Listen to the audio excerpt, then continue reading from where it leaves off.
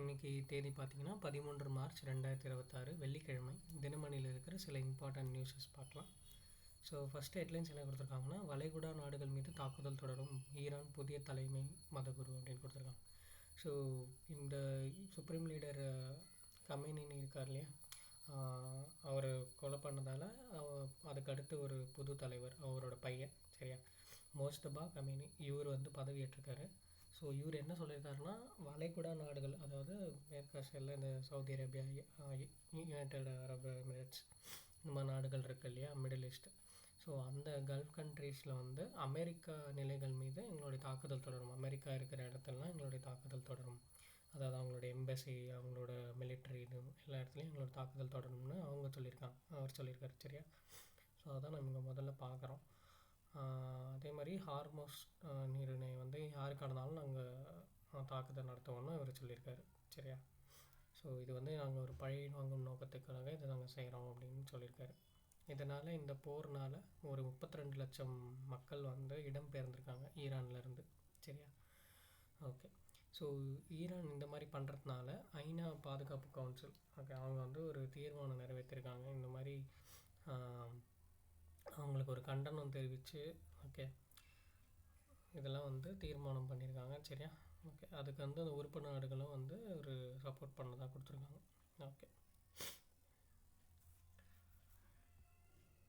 அடுத்து வந்தோம்னா, இந்த ஹேர்மோஸ் நீரிணையை நேற்று ஒரு இந்திய கப்பல் இந்தியாவுக்கு, அதாவது ஒரு இந்தியாவுக்கு வர வேண்டிய கப்பல் கடந்து இந்தியா சேர்ந்துருக்கு. அந்த கப்பலோட பேர் பார்த்திங்கன்னா ஷெக்லாங் சுயஸ் மேக்ஸ். ஓகே, ஸோ இது ஏதென்ஸின் ஷெக்லான் கப்பல் நிறுவனத்துக்கு சொந்தமான இந்த லைபீரியா கொடி பொருந்திய இந்த கப்பல். ஓகே, சவுதி அரேபியாவின் ராஸ்டானிரா துறைமுகத்தில் இருந்து கச்சா எண்ணெயை ஏற்றிக்கொண்டு மும்பை வந்திருக்கு சரியா. ஸோ இதுதான் இங்கே கொடுத்துருக்காங்க. இந்தியா வந்தடைந்த முதல் கப்பல் இது, இந்த போர் பதற்றத்துக்கு அப்புறம். ஓகே, ஸோ நேற்று நம்ம பிரதமர் அவர்களும் ஈரான் அதிபர்கிட்ட பேசியிருக்காரு. பேசி ஒரு வருத்தம் தெரிவிச்சிருக்காரு. ஓகே, இந்தியா எரிசக்திக்கு முன்னுரிமை அளிக்குது, ஸோ கொஞ்சம் என்னென்ன தீர்வு காணணும் இதுக்கு அப்படின்ற மாதிரி பேசியிருக்காங்க சரியா. ஓகே, ஸோ அதே மாதிரி பார்த்திங்கன்னா, இந்த ஊரக பகுதிகள், அதாவது இந்த கிராமங்கள்லாம் இருக்குது இல்லையா, ஸோ அங்கே இந்த சிலிண்டர் முன்பதிவு டேட் இன்னும் அதிகரிச்சிட்டாங்க. முன்ன 25 டேஸாக இருந்துச்சு, 21 to 25 டேஸாக, இப்போ தான் 45 டேஸாக இன்க்ரீஸ் பண்ணியிருக்காங்க சரி. அதான் இங்கே கொடுத்துருக்காங்க. அது மத்திய அரசோடைய ஒரு நோட்டிஃபிகேஷனாக வந்திருக்கு சரி. அடுத்து பார்த்திங்கன்னா, சேம் இந்த சிலிண்டர் இஷ்யூஸ் தான் ஃபுல்லாகவே கொடுத்துருந்தாங்க, சென்னையில் சரி, அடுத்து மற்ற ஊர்கள்லேயும் சரி.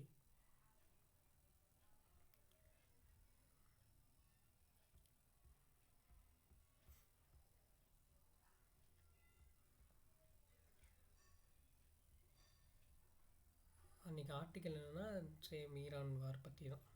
ஓகே, அதுவும் அவ்வளோ இம்பார்ட்டண்ட்டாக இல்லை, இம்பார்ட்டண்ட் பாயிண்ட்ஸாக எதுவும் இல்லை சரி. அடுத்து அப்படியே வந்தோம்னா, தமிழக ஆளுநராக ஆர்வி ஆர்லேக்கர் பதவி ஏற்றிருக்கார், அதாவது ராஜேந்திர விஸ்வநாத் ஆர்லேக்கர். ஸோ இவர் பதவி ஏற்றிருக்கும் போது சென்னை உயர்நீதிமன்ற தலைமை நீதிபதி தர்மாதிகாரி புதுசாக இருந்தார் இல்லையா, அவர் பதவி பிரமாணம் செஞ்சுருக்கார்.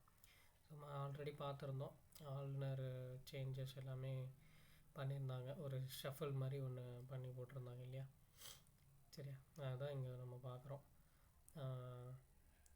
அதே மாதிரி இவர் தமிழகத்துடைய 27வது ஆளுநர் சரியா. ஓகே, அப்புறம் பார்த்திங்கன்னா, மக்களவைக்கு மீண்டும் தலைமை வகித்தார் ஓம் பிர்லா. நேற்று நம்ம நேற்று பார்த்துருந்தோம், அந்த இது தோல்வி அடைஞ்சிருச்சு அப்படின்னு சொல்லிட்டு ஒரு தீர்மானம் கொண்டு வந்தாங்க இல்லையா. ஸோ அதனால் நேற்று மார்னிங் செஷன்ஸில் ஓம் பிர்லா அவர்கள் மறுபடியும் பதவியேற்று அந்த அவையை வழிநடத்தி சென்றிருக்கார் சரியா. ஓகே, அதான் நம்ம இங்கே பார்க்குறோம்.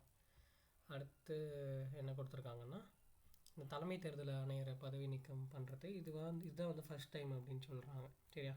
ஸோ உச்சநீதிமன்ற உயர்நீதிமன்ற நீதிபதிக்கு என்ன பதவி நீக்கம் ப்ராசஸ் இருக்கோ, அதாவது மக்களவையில் ஒரு ஓட்டெடுப்பு மாதிரி நடத்தி அதை குடியரசுத் தலைவருக்கு அனுப்பி குடியரசுத் தலைவர் ஒரு கமிட்டி போட்டு அதை இது பண்ணுவாங்க சரியா. அது வேலிடாக என்னன்னு பார்த்து ஒரு ரிப்போர்ட் கொடுங்கன்ற மாதிரி, அது அவங்க என்ன கொடுக்குறாங்களோ அந்த ரிப்போர்ட் தான் இல்லையா. ஸோ ஸோ அதுதான் இங்கேயும் சொல்லியிருக்காங்க. இதுதான் first chief election commissioner Gyanesh Kumar தான், அவருக்கு எதிராக தான் ஃபஸ்ட்டு இந்த மாதிரி பண்ணுறாங்க. ஓகே, சரி. அடுத்து பார்த்தீங்கன்னா நிறைய செய்திகள் இல்லை, இன்றைக்கி குறைவாக தான் இருந்துச்சு.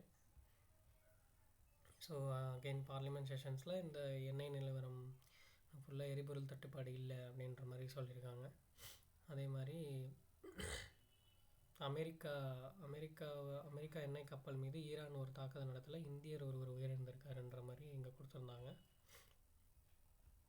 ஓகே, ஸோ எலெக்ஷன் டேட்ஸும் வந்து இன்னும் கொஞ்சம் நாளில் வந்துடும், அதை பற்றி டிஸ்கஸ் பண்ணியிருந்தாங்க. ஓகே, அடுத்து பார்த்திங்கன்னா அவ்வளோதான். இன்றைக்கி இன்னும் முக்கியமான செய்திகள் பெருசாக இல்லை. அகைன் ஈரான் வார் பற்றி தான் உள்ளவே கொடுத்துருந்தாங்க. ட்ரம்ப் வந்து ஈரான் போரை நாங்கள் வென்று விட்டோம் அப்படின்னு ஒரு சூடு எடுத்திருக்காரு. ஓகே, அவ்வளோதான் இன்றைக்கி இந்த முக்கியமான செய்திகள். நம்ம நாளைக்கு சந்திக்கலாம். தேங்க்யூ.